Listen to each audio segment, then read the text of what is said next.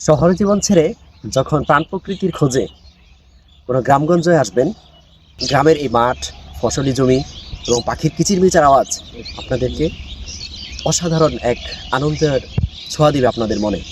ঠিক সেই জায়গা থেকে আজকে ঘুরতে এসেছি আমাদের ব্রাহ্মণবাড়িয়া জেলার কসবা উপজেলায়। এখানের প্রাণ প্রকৃতি এবং এখানের কৃষকদের জীবনাচার, এখানে ফসলি জমির মাঠ খুবই অসাধারণ এবং খুবই সৌন্দর্যের। সেই জিনিসগুলো দেখতে এখানে কৃষকরা ধান লাগাচ্ছেন, সেই শীতের ঠান্ডা পানি উপেক্ষা করে এবং শীতকে মারিয়ে তারা তাদের দিব্যে তারা ধান লাগিয়ে যাচ্ছেন। এটাই তাদের পেশা এবং এটাই তাদের জীবিকা।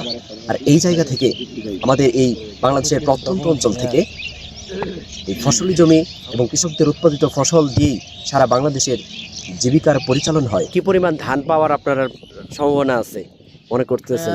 মনোরঞ্জন এক কানিকেতে বৈশাখের সময় এক কানিকেতে আপনার 20 থেকে 25 মণ ধান উঠবে।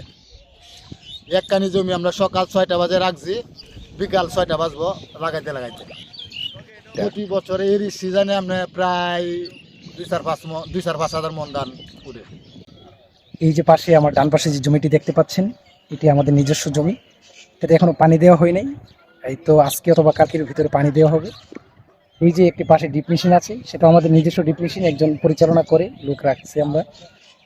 এখানে পানি দেওয়ার পরে এখানে বীজ বপন করা হবে। তারপর শুধু আমাদের জমি নেই, এই পুরো অঞ্চলে যতগুলো জমি আছে প্রত্যেকটা জমিতেই ধানে ফসলে ভরে উঠবে। এবং বাংলাদেশের প্রত্যন্ত গ্রামগুলো যেভাবে বাংলাদেশের অর্থনীতিতে বিরাট ভূমিকা পালন করে, ঠিক আমাদের এই গ্রাম, যে গ্রামটির নাম হলো মান্দারপুর, যেটি কসবা উপজেলায় অবস্থিত, ব্রাহ্মণবাড়িয়া থানা, সেই গ্রামটিও এরকম বাংলাদেশের অর্থনীতিতে বিরাট ভূমিকা পালন করে। জীবিকার পরিচালনার ফলে আমাদের এই বাংলাদেশের অর্থনীতি আরও নিম্ন থেকে উন্নতির দিকে যায়।